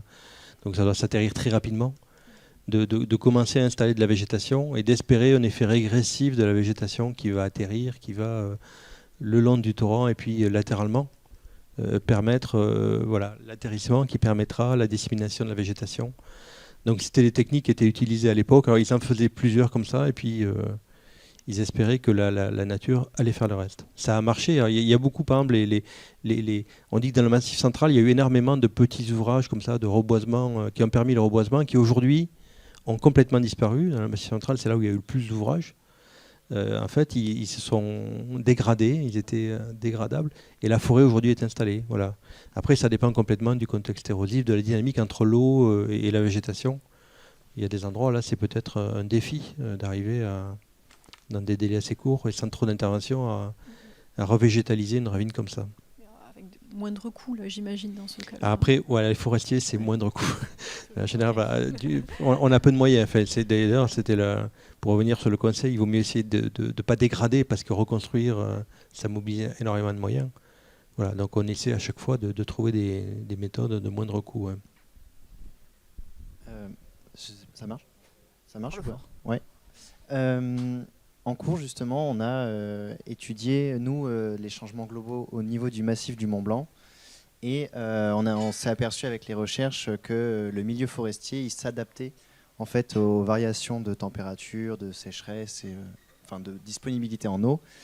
Et on voyait que du coup, il y avait une diminution des épicéas, donc tout ce qui va aller être conifère, avec une montée d'autres essences de feuillus. Et du coup, est-ce qu'il y avait dans les Pyrénées, du coup, s'il y avait des changements similaires à dans vos projets de reforestation, s'il y avait vous variez ou vous adaptiez en connaissance des changements les essences plantées? Oui, alors aujourd'hui, on a le réflexe de travailler, de chercher l'essence qui va être adaptée au contexte où, voilà, si on a un projet de reboisement, on va le faire. Alors après, nous le parti pris premier, c'est la régénération naturelle. Donc en fait, on a peu d'actions et on sait qu'on n'a pas les moyens de reconvertir tous les peuplements. Bon, ce qui est fait aujourd'hui, c'est surveiller. C'est-à-dire, il y a des endroits où on essaie de voir comment naturellement les évolutions peuvent se faire. On peut travailler les structures des peuplements.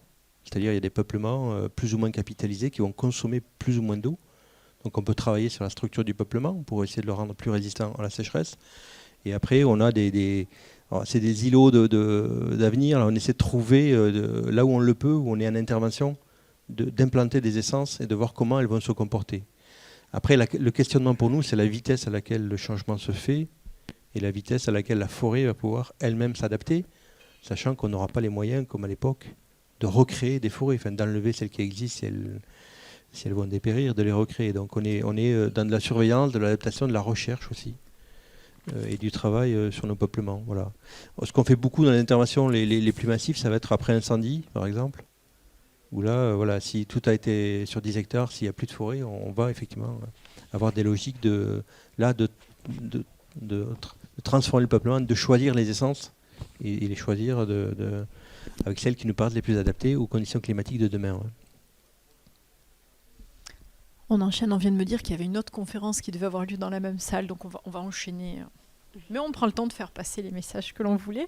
Donc, Cécile, là, cette fois-ci, on change de milieu, on part en ville. On part en ville pour les 2 dernières présentations, ou du moins sur des territoires qui ont été imperméabilisés. Alors effectivement, les sols en ville, même s'ils sont très imperméabilisés, très artificialisés, très remaniés, restent une ressource importante, avec effectivement les différentes fonctions qu'ils sont capables d'assurer. Donc notamment la fonction forcément d'infiltration de l'eau, mais aussi d'accueil de la biodiversité, on l'a vu, et puis il y a aussi le rôle de fertilité, malgré tout, et tout notre cadre de vie, et tout aussi la fraîcheur, on a vu, que grâce au sol, on peut avoir. Donc avec le sol il y a un changement de paradigme actuel sur la question du sol en ville. Le sol, on sort de la vision 2D, juste un sol support d'activité, vers un sol en 3 dimensions, pour le prendre en tant que ressource au niveau de la planification et de l'aménagement urbain. Donc avec différents projets de recherche, comme le projet MUSE, le projet SUPRA, les projets Polusol, la base de données Polusol aussi, avec l'importance de capitaliser l'information sur les sols, puisqu'on a finalement une piètre connaissance de ces sols urbains, et comme ils sont très hétérogènes, c'est en capitalisant l'information qu'on va réussir à avoir une meilleure connaissance. Donc avec c'est tous ces projets de recherche qui visent à améliorer la connaissance des sols, de leur qualité, de leur santé, on a vu les parallèles, mais aussi de leur dégradation, avec notamment les questions de pollution. Et puis par rapport à cette question sur les sols, on a aussi toute la question réglementaire autour du zéro artificialisation nette. On a vu que les villes, elles grignotaient beaucoup les sols agricoles et forestiers, qu'avec l'imperméabilisation, on coupe la circulation de l'eau. Et donc, il y a actuellement le projet de recherche des e-villes, que je représente aujourd'hui, qui pose la question de où et comment désimperméabiliser, sachant que désimperméabiliser, c'est une des étapes de la désartificialisation, de la renaturation des sols.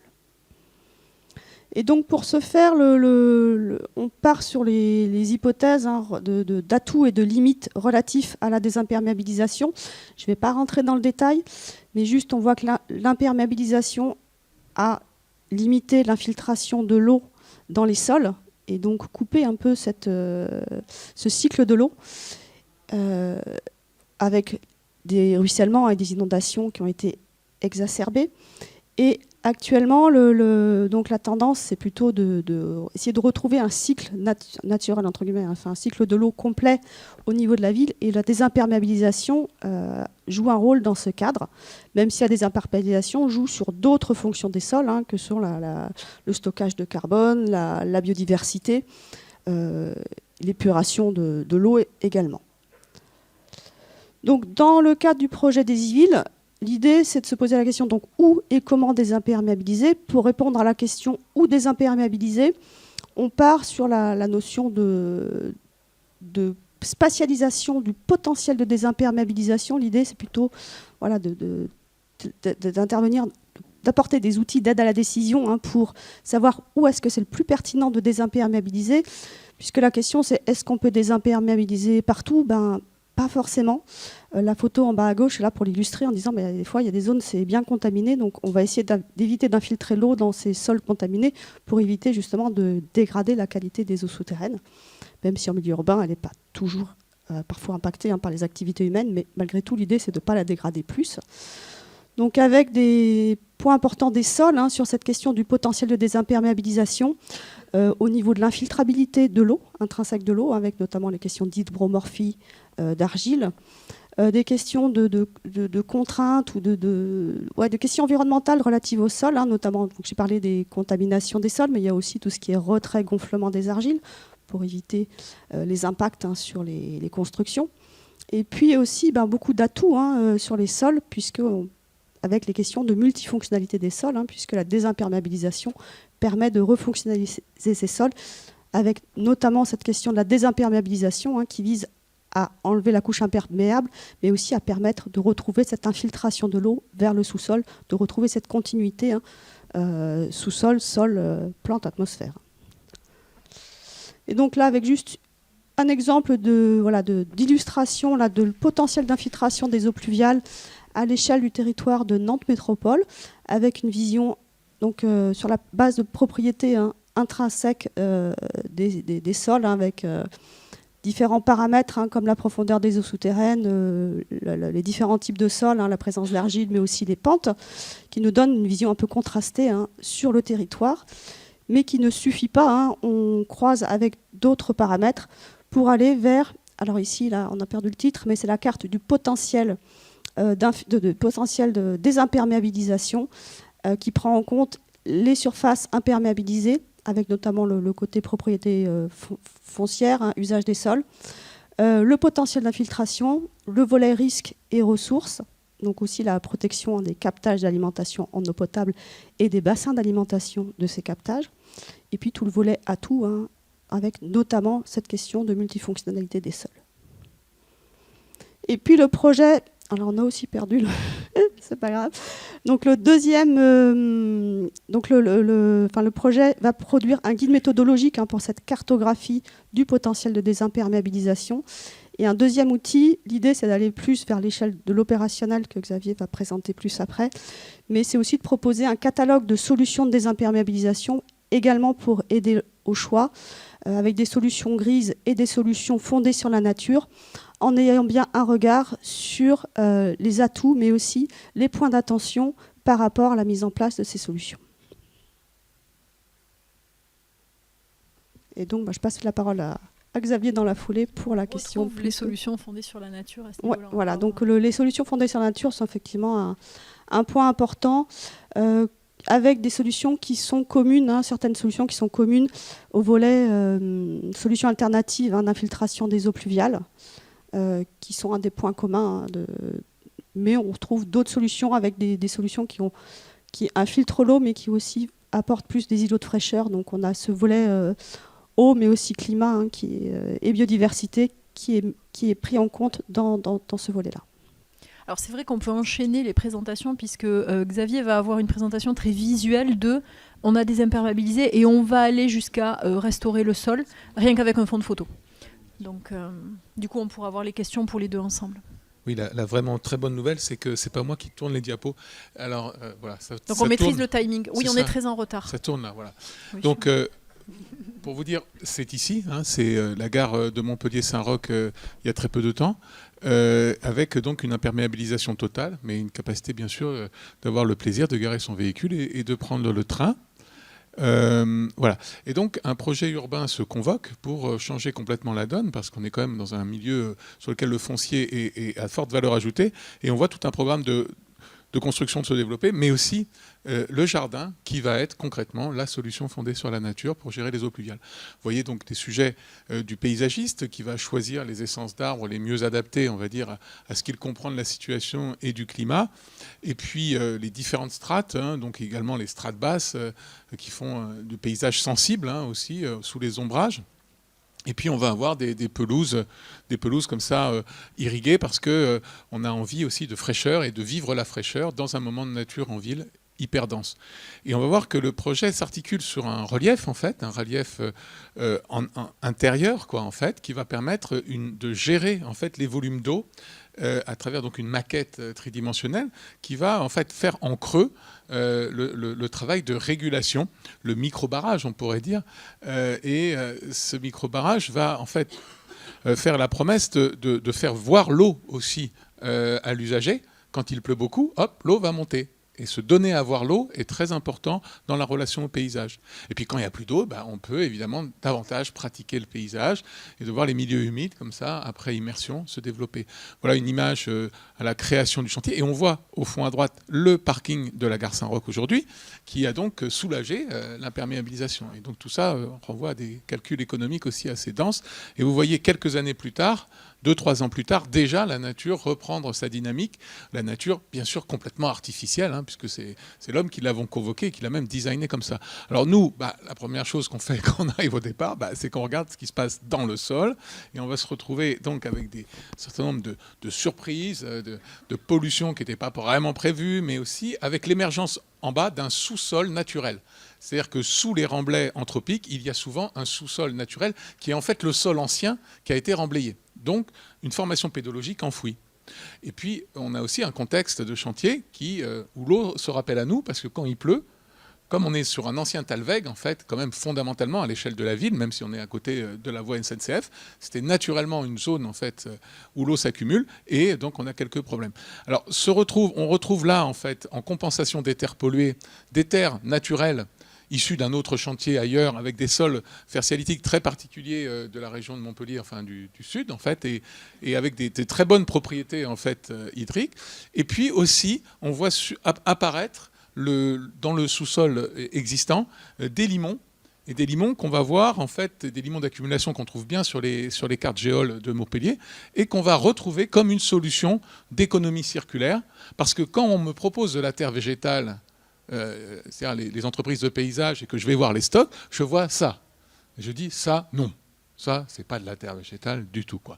Et donc, mais c'est ce que les gens vendent avec un peu de compost en dépôt, comme de la terre végétale. Alors je dis non, on va pas faire ça, on va aller juste à l'école d'infanterie, là, qui est en train de se refaire un quartier, et en fait, il y a un parking qui est en train de se creuser, et le paysagiste me dit, bah, écoutez, je connais un terrassier qui a de la terre à côté, là, à 2 km de là, et peut-être que c'est une bonne solution si on veut carrément faire nos sols par nous-mêmes.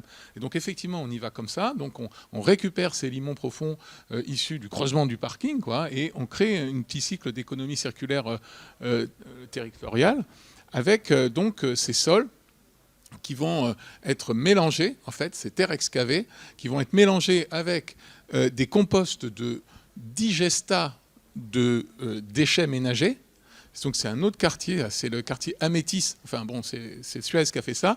Et en fait, avec des déchets verts, en fait, on va mélanger les digestats avec des déchets verts pour faire d'excellents composts, en fait, et qui vont nous permettre, outre le biogaz pour le quartier du coin, de reconstituer des sols fertiles en mélange avec, vous voyez, ces étapes de chantier. Et là, je ne sais pas pourquoi ça accélère, mais à gauche, tiens, là, à gauche. Ah oui, ok. Non, vas-y, continue, voilà. Merci, Elena.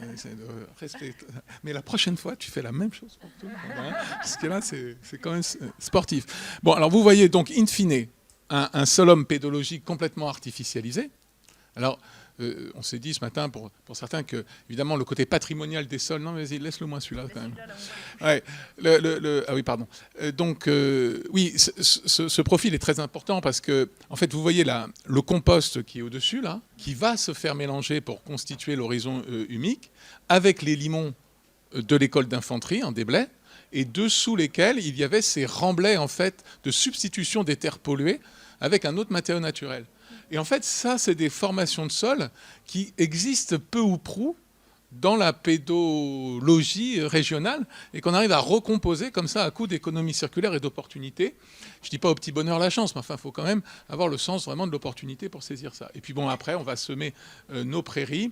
On va aussi donc avoir des systèmes un peu particuliers, mais voilà, l'idée c'est que les usages sont au rendez-vous, les fleurs aussi sont au rendez-vous parce qu'il y a une question d'aménité paysagère, de représentation de nature qui est important aussi dans nos histoires de paysages et qui sont à considérer puisque c'est le reflet de la nature en ville, c'est aussi le sol qui est dessous ces fleurs qui nous intéressent en fait et qui intéressent les usagers. Voilà pour l'essentiel, je crois que c'est terminé. Et ben voilà.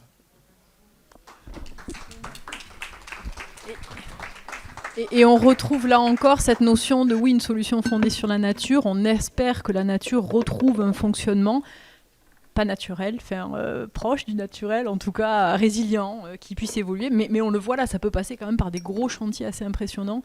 Donc il y a bien une action de l'homme à un moment pour arriver à intervenir là-dessus. Donc le mot de la fin, c'était juste des petites bulles pour des petits messages très rapides par rapport aux futurs gestionnaires, aux futurs ingénieurs qui sont là dans la salle aujourd'hui. S'il y avait juste un petit conseil que les experts pourraient leur laisser en tête, une petite phrase, je ne sais pas qui veut faire son commentaire, son petit conseil. Je ne vois pas ce qui avait été remarqué. Moi, j'avais proposé de garder en tête qu'il faut cultiver la complexité. Et la diversité des choses, en fait, c'est vrai en agriculture, c'est vrai, mais c'est vrai aussi sur, en fait, tous les pans de notre vie, que ce soit sur les idées à partager, les points de vue, les connaissances, et cultiver, vous en tant que jeune, dans votre avenir, tout ce qui peut diversifier vos connaissances et vos points de vue et tout ce qui va permettre d'intervenir et de pouvoir gérer ou du moins piloter, comme on l'a dit, essayer de faire au mieux avec les principes, en gardant en tête que la nature est complexe et qu'il faut pouvoir répondre à cette complexité et c'est pas facile pour nous, on a toujours tendance à simplifier, on simplifie beaucoup trop.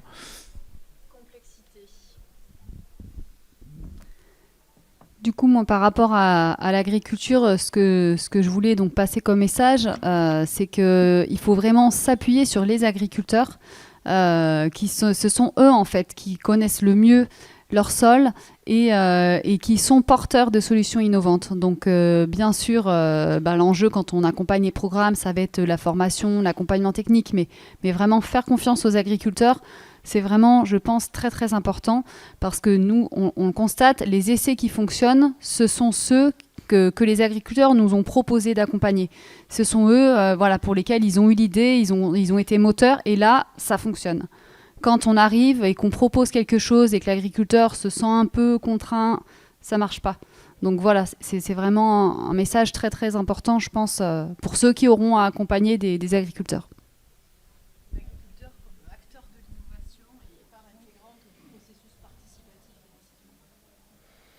Oui, moi j'adhérais au message de Xavier sur la complexité, effectivement, de René, excusez-moi, de Laurent. Excusez-moi, j'aurais du mal, excusez-moi. C'est René Laurent. Voilà, excusez-moi. Après, c'est vrai que sur l'histoire de l'ERTEM, c'était préserver parce que restaurer c'est compliqué. Faire restaurer la complexité et toutes les fonctions de la nature, c'est un grand défi. Voilà. Et puis après, par rapport au défi qui nous attend, c'est d'avoir un maximum d'ingéniosité aussi pour arriver effectivement à collaborer avec la nature pour trouver les solutions à ces grands défis. Ouais.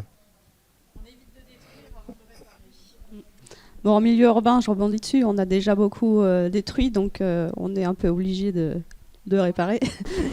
Et donc l'idée, c'est quand même d'essayer d'avoir une réparation raisonnée, c'est-à-dire en optimisant les endroits et les solutions qui permettent de redonner au sol leurs multiples fonctions. Donc il y a la fonction d'infiltration, mais elle n'est pas il n'y a pas que celle-là.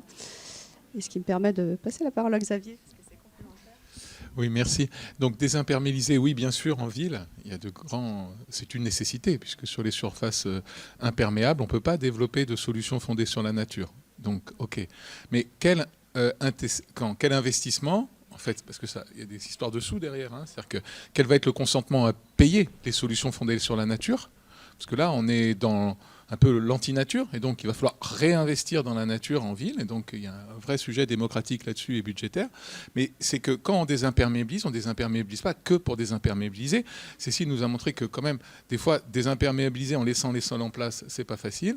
Et donc quand on est à désimperméabiliser, autant faire se peut, redonnons les multiples fonctions dont parlait Cécile à l'honneur, et notamment les fonctions nécessaires à l'adaptation au changement climatique. Donc ce que vous avez vu dans la dernière diapo qui était un petit peu qui revenait sur elle-même là, c'est justement une énorme capacité en fait de réserve utile en eau pour les arbres qui ont été plantés dans le parc René Dumont que je vous invite à visiter. C'est parce que c'est ça qui va faire sur le moyen long terme la solution adaptative. Parce que, en fait, oui, on a encore de l'eau pour irriguer, un petit peu, quoi, voilà. Mais demain, est-ce qu'on en aura toujours? Et par là même, c'est bien la réserve utile en eau dans le cycle naturel qui va permettre quand même aux arbres de s'adapter aux conditions climatiques encore plus défavorables que dans les campagnes qu'on va retrouver liées à la concentration de chaleur.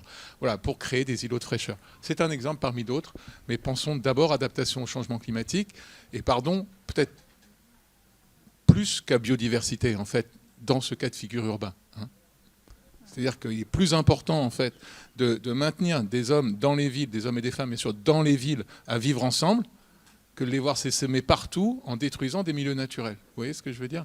Donc il y a vraiment une approche territoriale générale à définir, et pour ça, il faut remettre de la fonction dans la solution fondée sur la nature qui soit capable d'adaptation au changement climatique.